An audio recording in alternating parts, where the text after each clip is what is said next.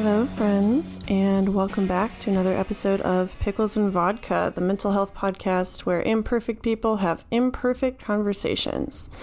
Today is a solo episode with me, Christina, and it's going to be interesting because, to be honest, I don't really feel up to making this right now. I tried to record it over the weekend, and then I just kept procrastinating, and then I was too tired, and now here I am Monday morning sitting in my kitchen and doing my best. That's all we can really do, right? Is our best. Not that I need to be my best for this podcast. I think I've lost track of what I wanted the vision to be for Pickles and Vodka, which is just to have a place to be vulnerable and imperfect. And yet here we are 4 years later, and I still put all this insane pressure on myself to perform. Like, what even is that? And how do I stop? Maybe I never stop. Maybe I'm always going to feel this way. Maybe I need to stop looking at it as a weakness and start looking at it like a strength. Like, I'm always looking for new ways to improve, and I'm always aware of my own flaws.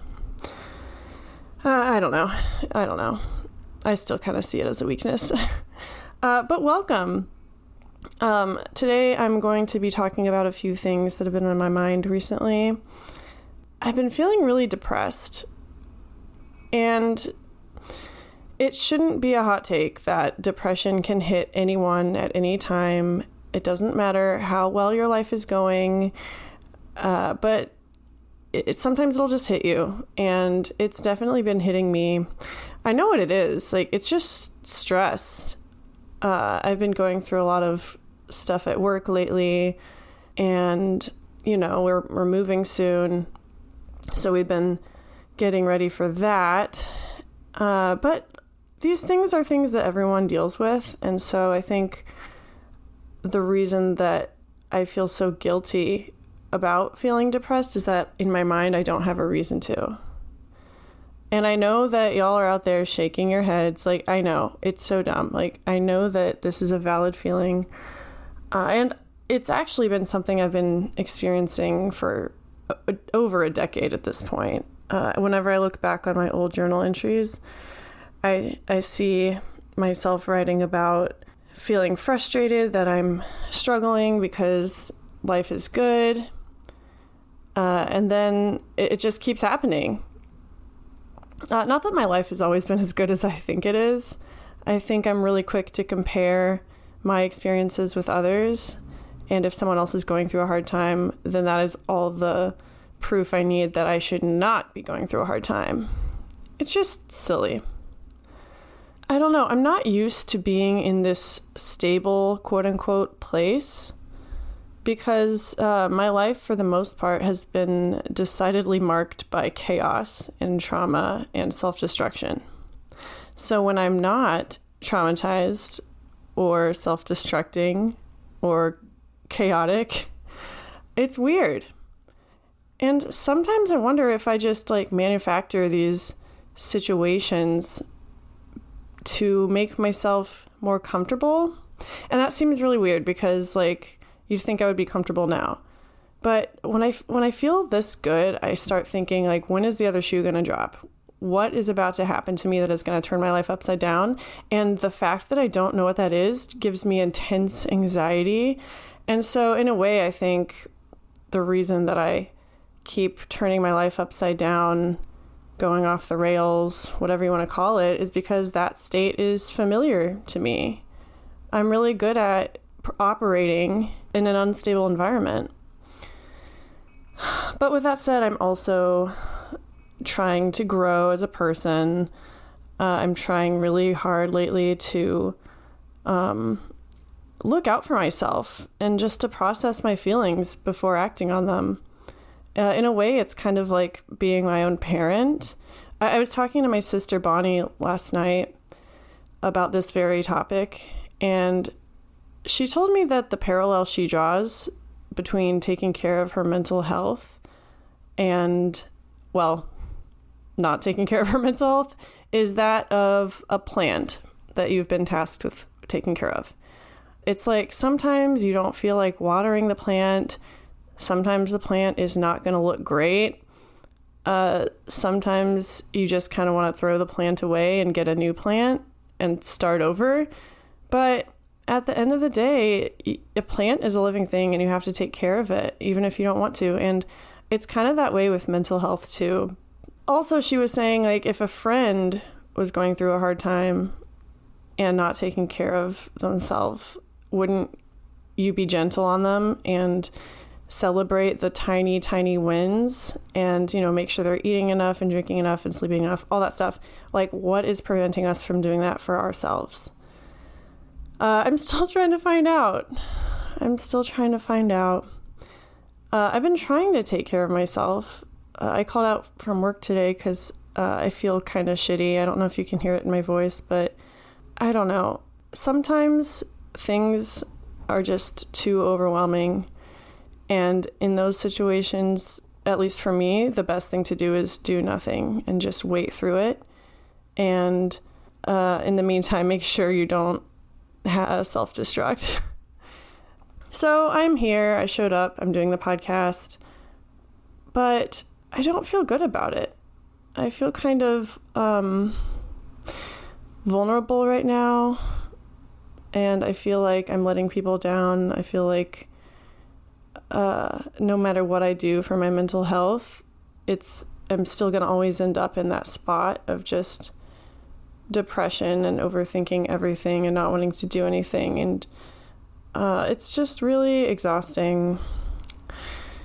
Now that I've been vulnerable with y'all, I really want to talk about depression and what to do when it does hit you seemingly out of the blue.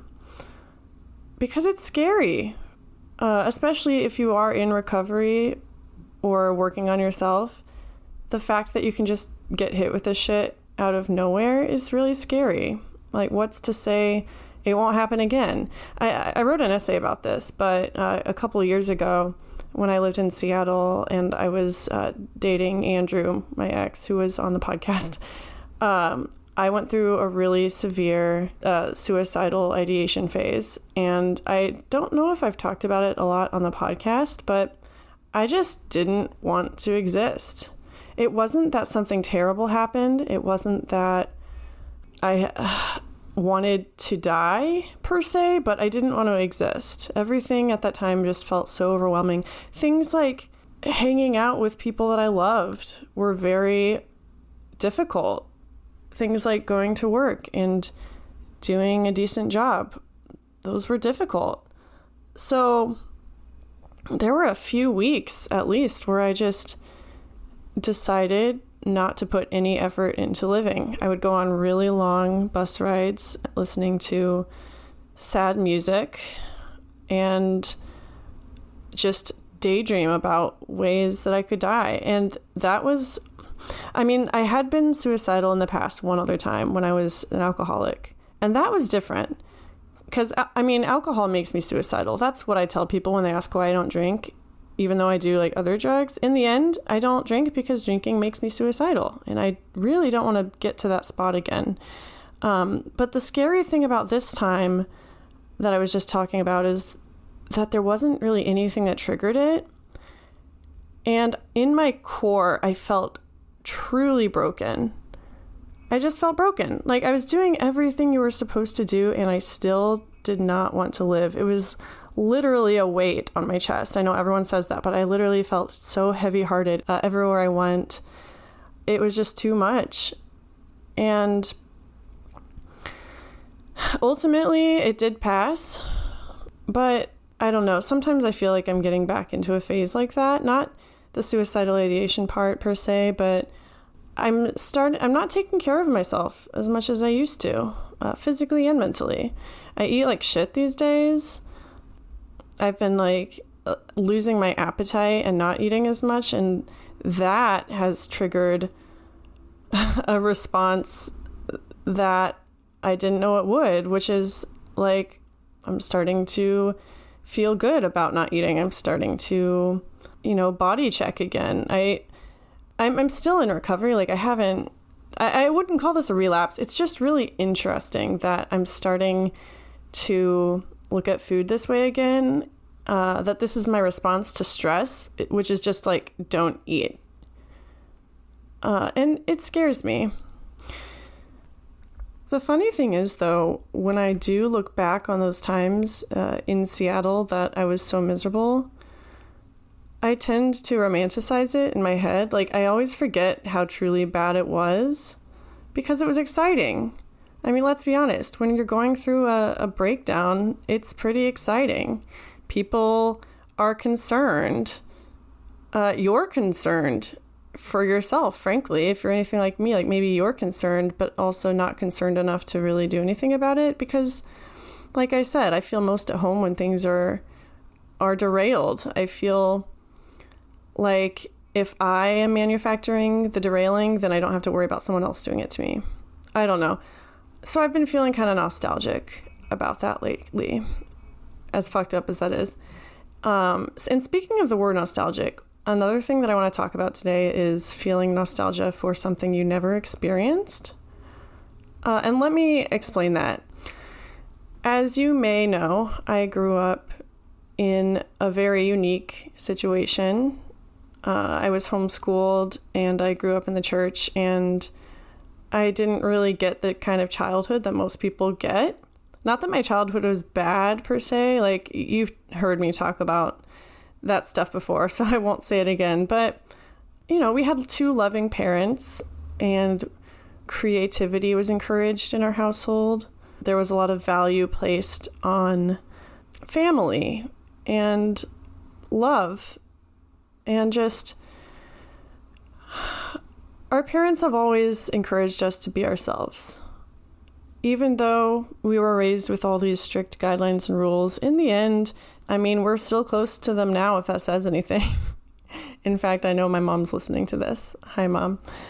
But even so, even despite the fact that I had a great childhood, and I don't regret anything because it helped me turn into the person I am today, for better or for worse, I still feel nostalgic for the kind of childhood that my friends had.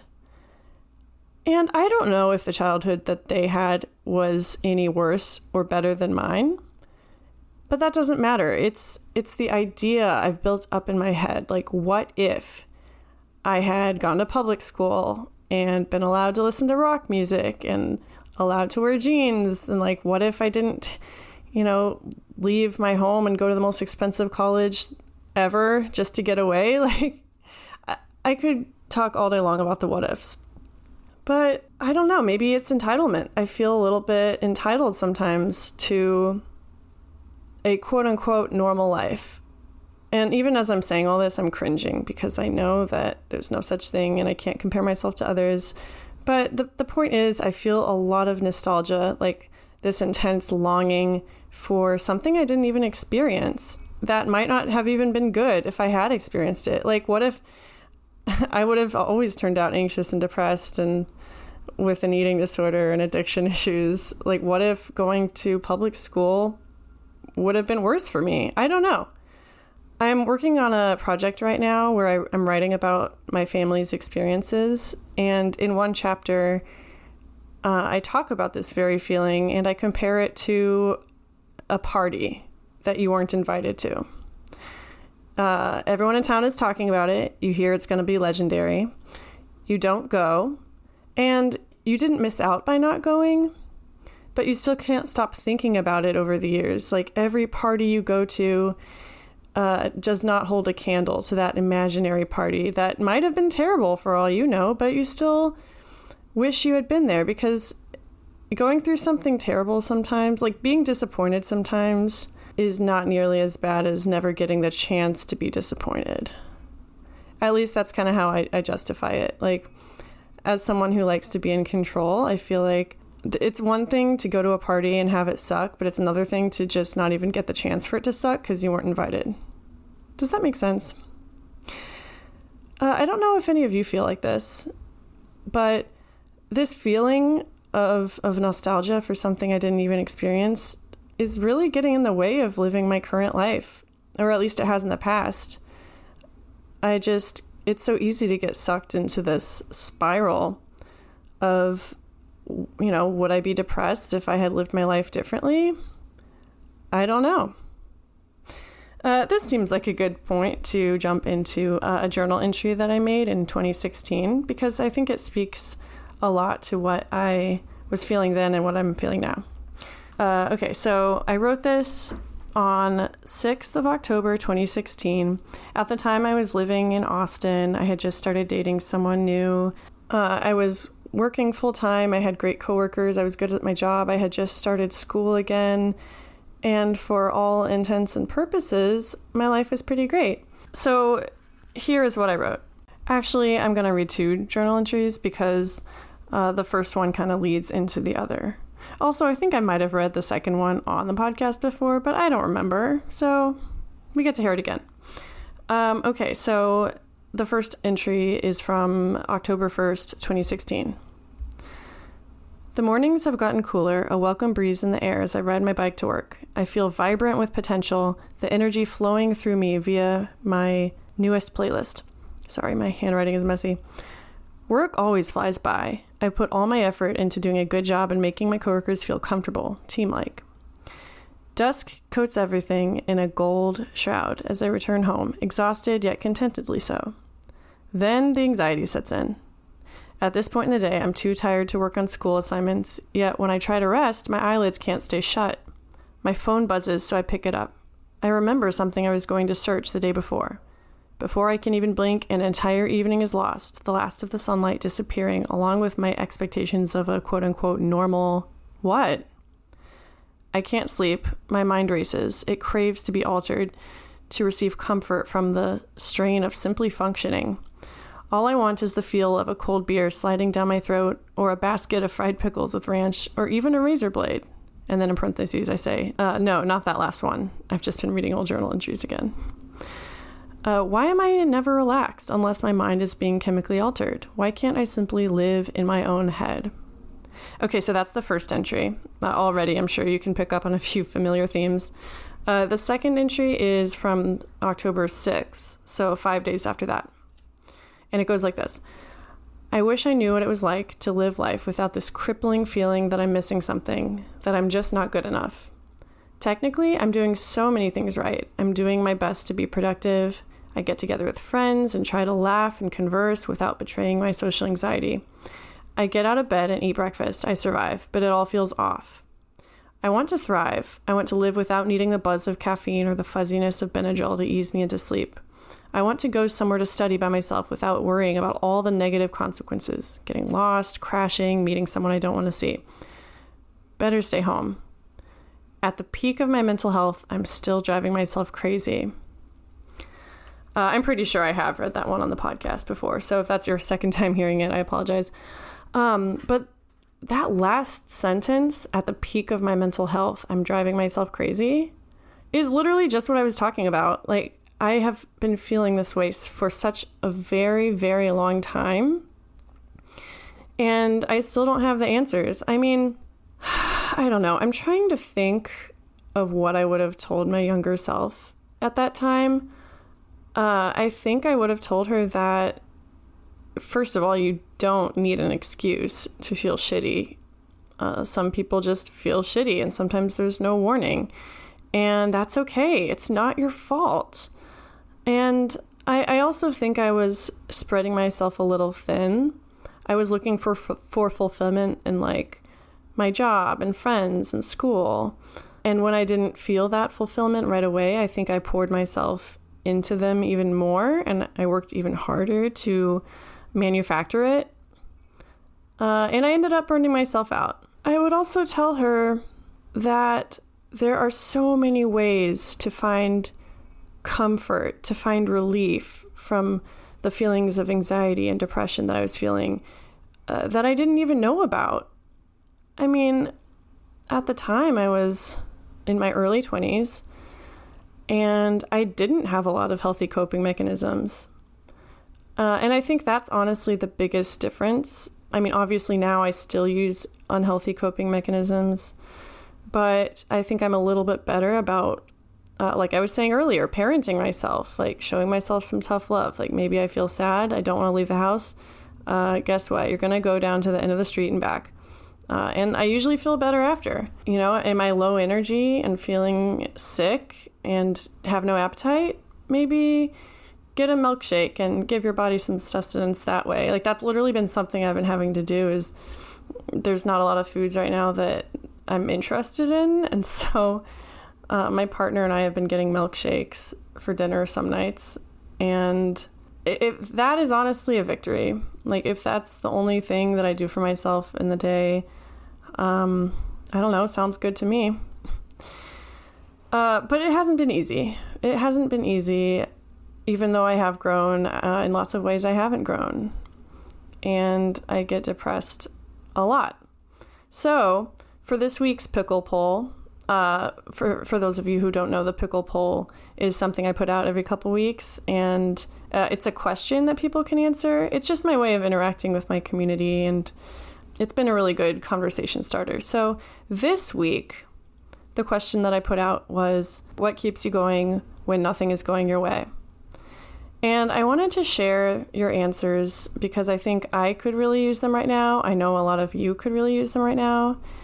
And if anything else, it'll be entertaining, right? So let me just pull them up here. I'm actually going to play the audio messages that I got first because they're really good and they'll provide some more context when I read the comments.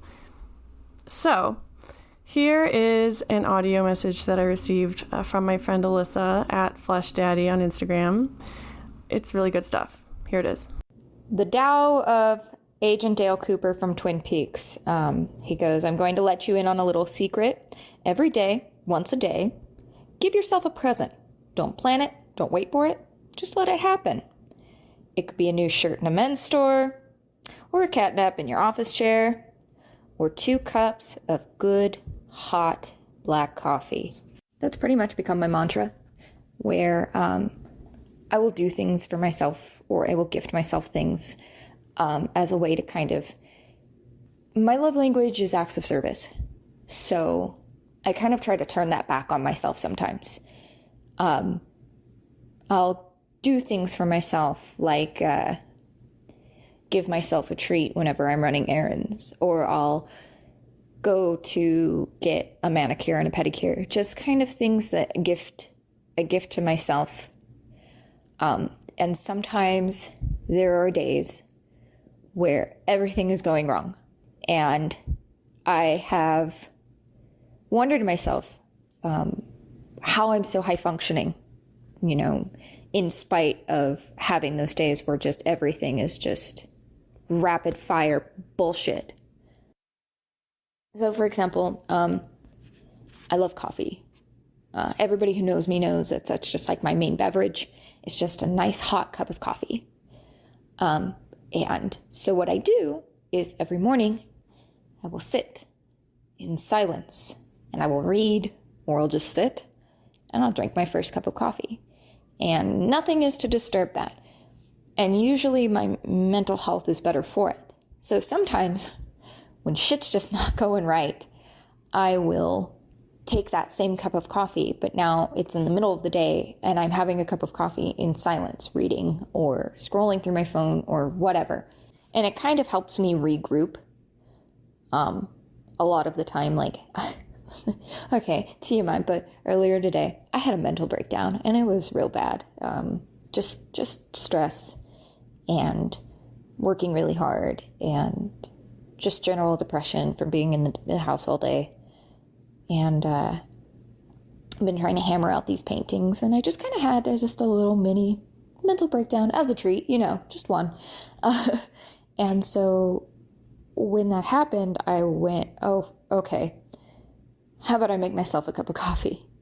And it was an instant, regroup kind of thing for me, where I had to conscientiously make the coffee, count the scoops, pour the water, and just kind of refocusing and regrouping in that way and focusing on something that I know was going to be a treat for me helped me a lot. Okay, I'm kind of obsessed with the idea of getting yourself a little present every day. I've said this before and I've said it again. Nobody is going to give as much of a shit about you as you. And we can't always count on others to get us out of this depression.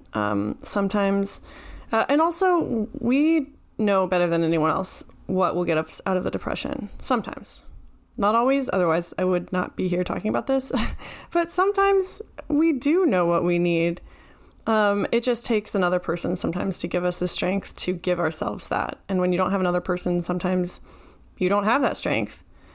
And so I really loved how Alyssa was talking about doing something like having a cup of coffee in silence before work. Like even 5 minutes of that is a huge gift, and it really just sets your day off right.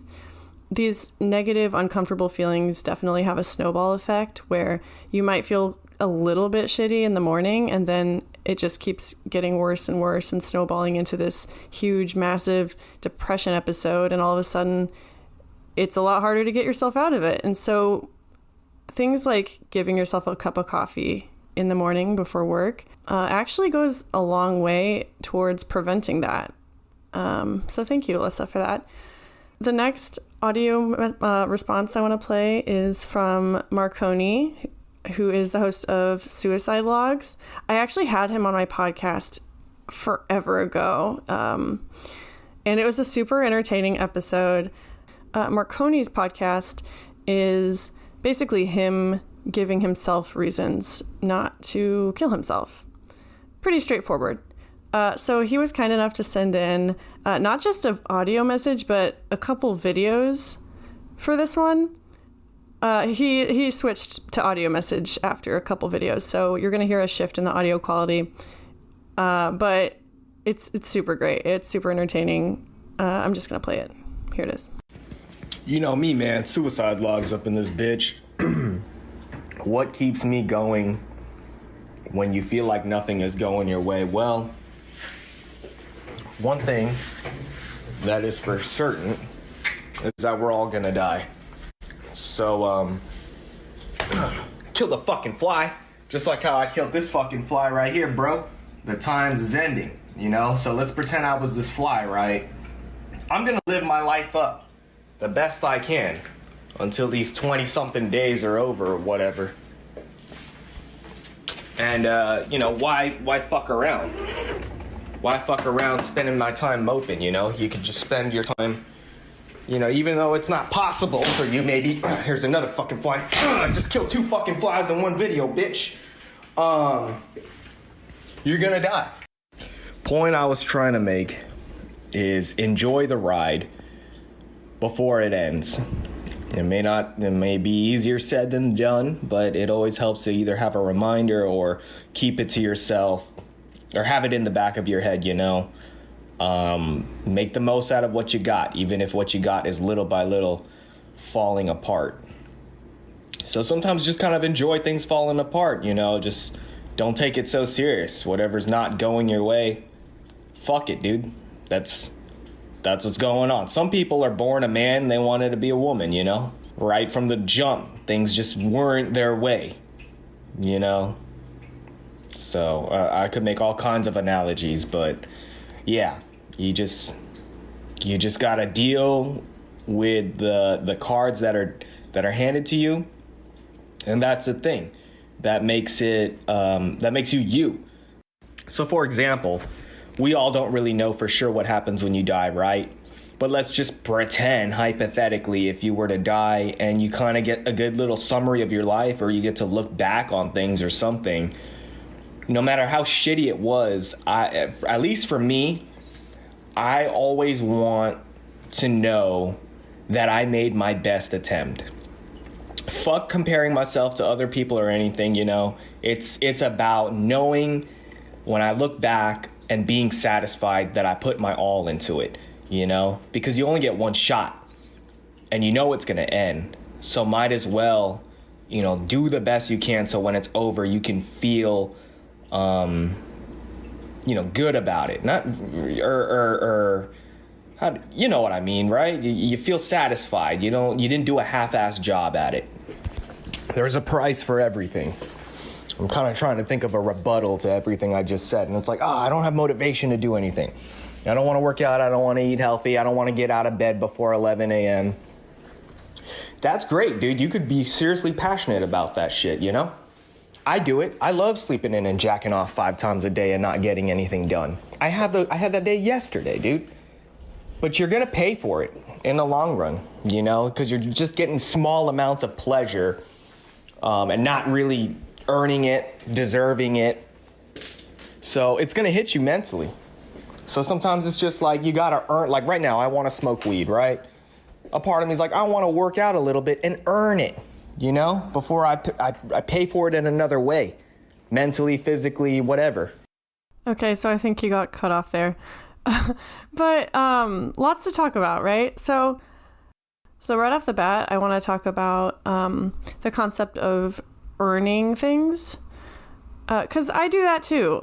I will have a craving for something like ice cream or something, and I also know that I have chores to do, and sometimes I'm just like, okay, you can do the chores and then you will have earned that ice cream. But I've also been in the situation where I withheld things from myself because I felt like I didn't earn them, and that can be really dangerous. So I think this approach needs to be handled with a grain of salt. I think if you are the kind of person that can motivate yourself into self-care, then that's great. There is a sense of accomplishment that comes with doing something productive and then enjoying the rewards afterwards. That is 100% valid. Like I said, I think this way still. But also I think that just by existing, I would argue that you do deserve good things. And it's true. Like, we're all going to die someday. And some of us have been dealt really shitty cards in life, whether it's something that happened to you or just the way your body chemistry is. There's things about myself and my brain that I can't change. And realizing that has honestly been really helpful for me. It's taken a lot of pressure off myself to, like I was saying earlier, to perform. But it's also easy to get stuck in the mindset of, well, this stuff happened to me, or I was born this way and I can't change it, so I'm just going to give up. I've been there too. And really, at the end of the day, all you have to look back on are your own decisions and your own experiences. And I'm kind of in a place where part of the time I'm just racked with guilt because I feel like I haven't made enough of my life, and I am in my brain destined to disappoint myself over and over again. But also I've had moments where I've been like, I am so young and my past trauma is not going to define me. And when it comes down to it, I am in control of my own life, and there's choices I can make to improve my life. There's also choices I can make to derail my life. And it all comes down to, what choice am I going to make today? And sometimes that choice does mean calling out of work and feeling sick and miserable all day, but resting. It's all very subjective. That's what I want people to take from this, honestly, is it's all very subjective. But yeah, I don't know what I was going to say. Thank you, Marconi, for sending that in. The fly part made me laugh when I watched the video. I wish y'all could have seen that. Maybe I'll post it to the story or something. Okay, so moving on to the other answers. It's funny that I mentioned my ex, Andrew, earlier, because he also wrote a response to this question. So, how do you keep going when nothing is going your way? He says, I'm trying to write a piece about this very thing. Best I've got is curiosity of what the next day might bring. But really, I have to keep going on because I've got a punch card for a free burrito nearly punched through, and frankly, I earned that damn burrito. The secret is having lots of punch cards, so you're always in this position. There's that word earned again. Hell yeah, dude. I would say that is a great reason for yourself to keep going. Sometimes the only thing that keeps me going is knowing that there's a new episode of Better Call Saul on Tuesdays. Or maybe I want to go to TJ Maxx and get a new candle on clearance. All all of those things are definitely reasons to keep going. And also I like how he said that the curiosity of what the next day might bring is sometimes enough to keep him going in and of itself. My favorite author of all time, favorite author and girl crush, I might add, Margaret Atwood, has said this very thing. She is really old and has lived an incredibly rich life. And on multiple occasions, she has stated that the reason that she is alive and keeps going is because she's curious.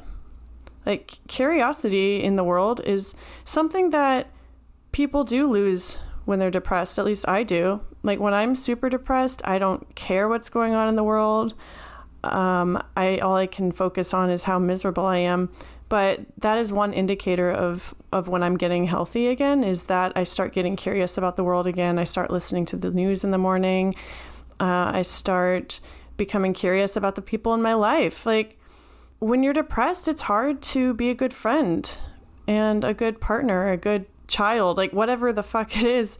It's hard because it's not that you don't care about the other things in your life, but you don't have that energy to be curious. So thank you, Andrew, for that. That's a good one. My sister Caroline says, I remember the times when I wasn't feeling that way and let them serve as confirmation that I won't always feel that way. It encourages me thinking of how change is a constant thing, and if everything is going quote-unquote badly, that means the best is yet to come. I think of how many wonderful, happy moments I've had, and how the last one cannot and will not be the final one. So good. It's true. It's really easy to focus on the bad when you're going through it. Again, at least for me, it's hard to remember times where I was happy. It's easy to look back at journal entries like the ones I just read and think, I felt like this for so long. Is it just always going to be this way? Like, what can I possibly hope for? But what I don't think about is how happy I was at that time and how good things were and how good things are now. And if I felt that good in the past, I can feel that good again. So that's a great perspective. My sister-in-law, Alyssa, different Alyssa, says she has a little voice in the back of her head that sings, just keep swimming, just keep swimming. And that keeps her going when things aren't going her way. Sometimes you just have to keep swimming through the shit. It's incredibly exhausting to think about, but if there's one thing I want to say in this episode, it's that these things will pass. And if you don't have energy to keep swimming yourself, maybe grab a life preserver. It's okay to need some help. For me, sometimes doing that can feel like cheating. It's like going to the bowling ball rink or the bowling alley. It's not a rink. It's an alley. Whatever the place is that you go bowling, it's like getting the bumpers put in. It feels like cheating. But all it does at the end of the day is guarantee that you can play along with everyone else. And that's cool. I don't know why I'm talking about bowling right now. Last response is a short one from my friend Rachel at Doomed NYC. She says, motorcycles and plants keep her going when nothing is going your way. And that kind of brings it back to the theme of self-care and like getting gifts for yourself. I went through a plant phase where I would just like go out and buy a plant whenever I felt sad. And, then I got my kitten and I had to rehome all the plants because he was eating them.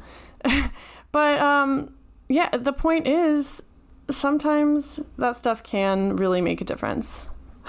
So as I end this episode, I'm thinking of things that I can do for myself based on all these pickle pull answers that I just shared. And I think I'm going to do a little bit of cleaning, so I feel like I didn't just sit in bed all day. But I think I'm also going to watch a lot of TV that I want to watch.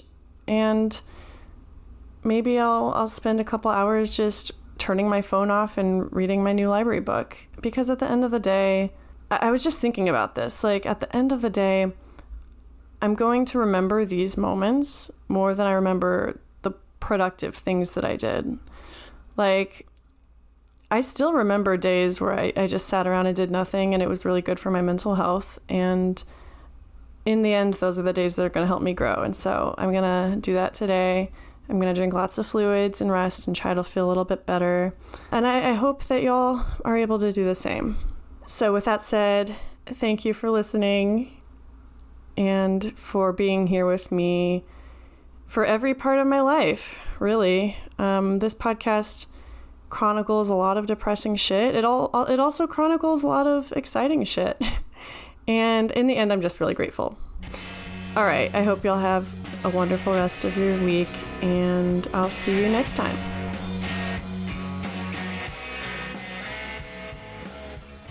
Hello, friends. It's Christina again.